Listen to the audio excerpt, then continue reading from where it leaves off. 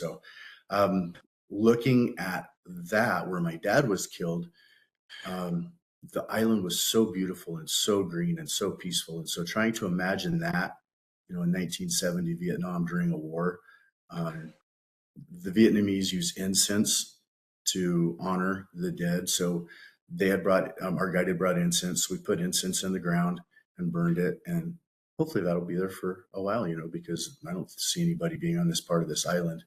Um, but I just felt, everybody's like, oh, you came to grips with it, you closed a chapter, whatever. And I go, no, I think I felt a connection.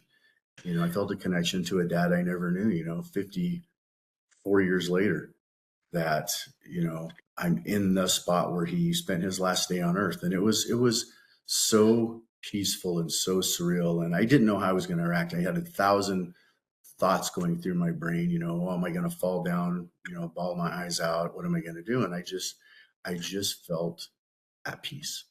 And a little bit longer, we eventually went to Nha Trang, Vietnam also, and got to tour the area, the air base where he was at too. So all in all, the trip was just phenomenal. We spent about 8 more days in Vietnam, just enjoying it, and I'm just, the whole time I'm wondering, I wonder if my dad was here. I wonder if my uncle was here.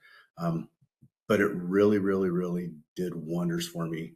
Um, a lot of weight was off my shoulders. I just felt like I did my dad proud. I think he would have been, happy that I made the attempt to go to where he was at.